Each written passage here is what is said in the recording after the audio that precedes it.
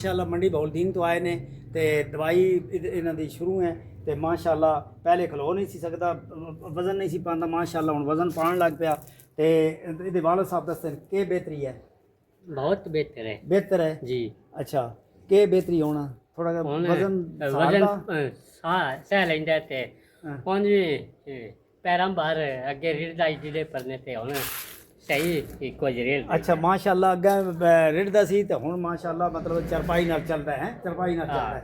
अच्छा ਤੁਹਾਡਾ भतीजा ਤੁਸੀਂ ਦੱਸੋ ਜੀ। जी हाँ, एक महीना पहले मतलब है ना खड़ा नहीं हो सकता सी ते माशाल्लाह एक महीना हो गया ना दवाई लेंदे हुण खड़ा भी हो सकदा। ਤੁਹਾਡਾ भतीजा मतलब मुतमईन हो जी ਤੁਸੀਂ। हाँ, मुतमईन वजन भी पाउंदा हुण पैरां ते माशाअल्लाह ते माशाअल्लाह अगे नालों काफ़ी हद तक बेहतर। अच्छा अच्छा मेरा नाम हकीम मोहम्मद खान सिपरा इस्लामपुर मोड़ मलकवाल। मेरा फ़ोन नंबर 0343 55 56 718। दूसरा मेरा फ़ोन नंबर 0336 71 52 535। माशाअल्लाह जिस तरह इन्होंने चाचू ने दसिया कि माशाअल्लाह इन्होंने चाचू ने दसिया कि बेहतर है, महीने काफ़ी बेहतर है माशाअल्लाह।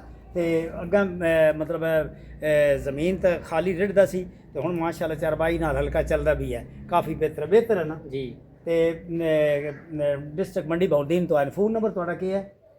0347 0347 1276 1276 558 558। माशाअल्लाह मुतमिन हो ना जी। 558 आखिरी नंबर। जी। ते कोई पैगाम तुसी देना चाहते ਤੁਹਾਡਾ बतरीया बेहतर है तो किसी होरी वास्ते पैगाम ये जेड़े दोस्त भाई सुन रहे या देख रहे हैं इस नूं अपने मरीज़ नूं इत्थे लैके हुण इंशाअल्लाह डॉक्टर साहब बड़ा बेहतरीन इलाज करदे ने, खुदा तरस भी है।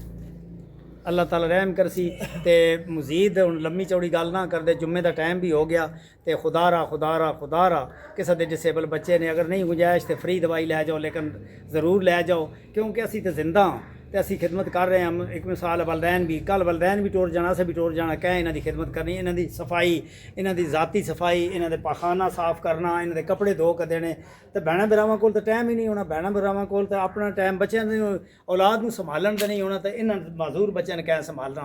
मेरी अर्ज़ ये है तमाम दुनिया के इंसान अग्गें तमाम दुनिया के इंसान अगर खुदा रहा जिहदे भी बच्चे डिसेबल है यार नहीं गुंजाइश तो फ्री दवाई लै जाओ, लेकिन ये गुलाब के फुल करके दे हवाला करने।